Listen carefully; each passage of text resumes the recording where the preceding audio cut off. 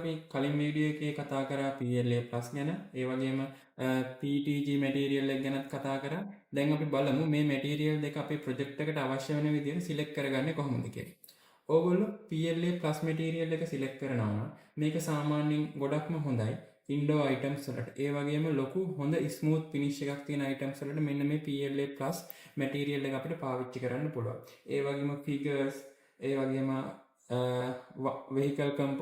Indoor vehicle කම්පෝනන්ට්ස් ඒ වගේ ඒ material එකට suitable වෙන විදිහට මේක අපිට පාවිච්චි කරන්න පුළුවන්. මේ වගේ ලස්සන ෆිනිෂ් එකක් තියෙනවා. ඒ වගේම සාපේක්ෂව හොඳ ස්ට්‍රෙන්ත් එකකුත් තියෙනවා මේ PLA+ කියන මැටීරියල් එකේ.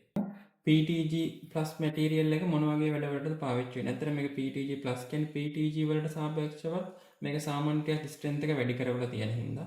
එතකොට මේ වගේ එකක් පාවිච්චි කරනවා නම් ඔයා සාමාන්‍යයෙන් මේක PTG මැටීරියල් එක පාවිච්චි කරන්න මොන හරි කම්පෝනන්ට් එකක් එළියේ පාවිච්චි කරන්න තියෙනවා. අවුට්ඩෝර් ඒ වගේම වාහනවල පාර්ට්ස් එහෙම නැත්නම් ලොකු ස්ට්‍රෙස් එකක් එන ලොකු මෙකැනිකල් පාර්ට්ස් ඒ වගේම යුනිවර්සිටි ප්‍රොජෙක්ට් වලට හරි මෙකැනිකල් ඉන්ඩස්ට්‍රියල් මොන හරි කන්ට්‍රෝල් සිස්ටම් එකකට හරි මොන හරි පාර්ට් එකක් print කරනවා නම් මෙන්න මේ ටෙම්පරේචර් රේන්ජ් එක ඇතුළත අපි කියන ටෙම්පරේචර් රේන්ජ් එක 220 260ට ඇතුළත ඕනම අවුට්ඩෝර් අයිටම් එකකට මේක සූටබල් වෙනවා. හැබැයි හොඳට මතක තියාගන්න මේකෙන් print කරනකොට PLA+ සහ PLA වගේ ලස්සන ස්මූත් ෆිනිෂ් එකක් ගන්න අමාරුයි.